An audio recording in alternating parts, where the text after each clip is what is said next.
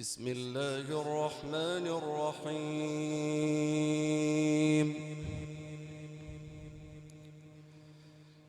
الله لا إله إلا هو الحي القيوم.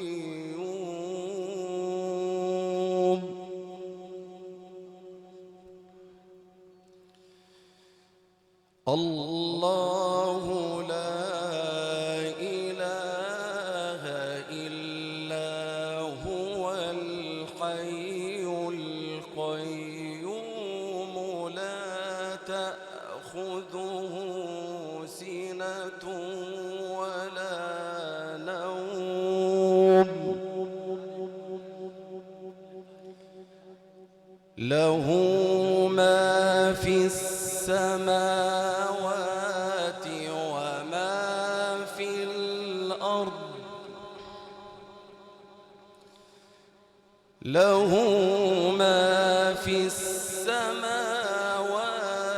وما في الأرض من ذا الذي يشفع عنده إلا بإذنه يعلم ما بين أيديهم وما خلفهم ولا يحيطون بشيء من علمه إلا بما شاء. صدق الله العظيم.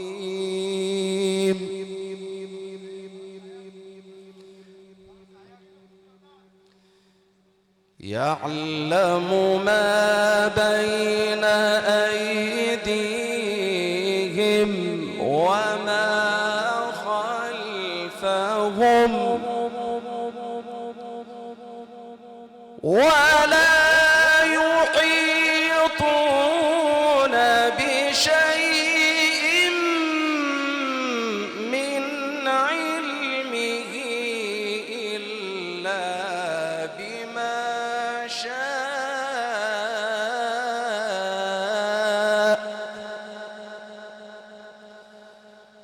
وسع كرسيه السماوات والأرض ولا يؤوده حفظهما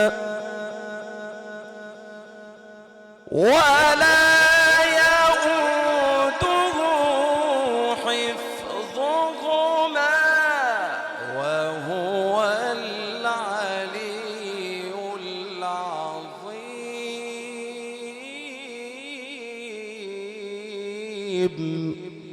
الله يبارك فيك.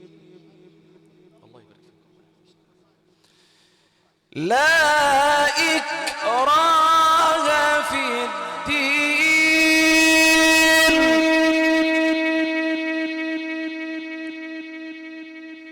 لا إكراه في الدين قد تبين الرشد من الغي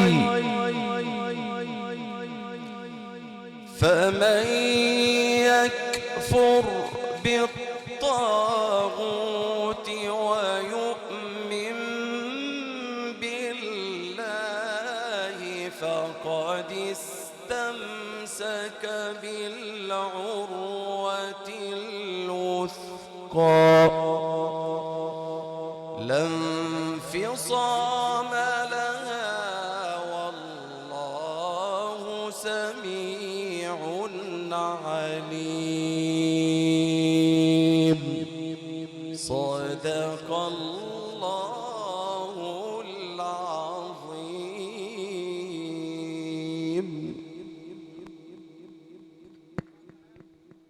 أعوذ بالله السميع العليم من الشيطان الرجيم. بسم الله الرحمن الرحيم. كل نفس ذائقة الموت ثم إلينا ترجعون. من المصحف المجور استمعنا لداء الحق حديث رب العباد إلى باب سورة البقرة من فضيلة القارئ الشيخ خالد أحمد داشو، القارئ بالإذاعات المصرية والتلفزيون العربي وقارئ دول العالم العربي الإسلامي، وعيد من نقابة القراء بالقاهرة والمقيم بمدينة أدلنجان.